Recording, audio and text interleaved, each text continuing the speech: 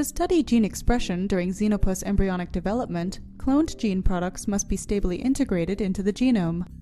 First, sperm nuclei are isolated from adult frog testes and permeabilized. Then, interphase cytosolic extracts are prepared from Xenopus eggs. The sperm nuclei and egg extract are mixed with linearized transgenic DNA and a restriction enzyme. During this step, the egg extract decondenses the sperm chromatin, while the restriction enzyme promotes integration of the transgene. Finally, the treated nuclei are transferred into unfertilized eggs. Each cell of the resulting embryo carries the transgene, and promoter-dependent expression of the transgene is detected by immunofluorescence microscopy or other methods. The main advantage of this method over other methods, such as DNA injection, is that the resulting embryos undergo integration of the transgene before the first cleavage. This means that the resulting embryos aren't chimeric, and so no breeding is required.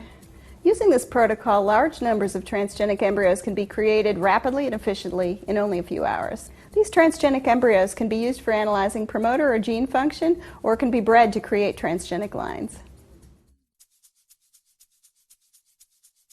Begin this procedure by transferring the testes of 1 to 2 sacrificed frogs to a dry 60 mm Petri dish. Using forceps, macerate the testes until there are no visible chunks.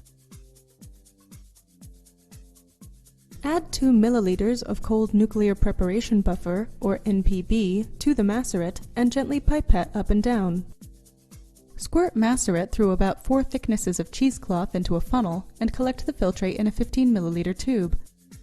Then, rinse the dish with 8 milliliters of NPB and filter through the cheesecloth into the tube. This solution contains the sperm.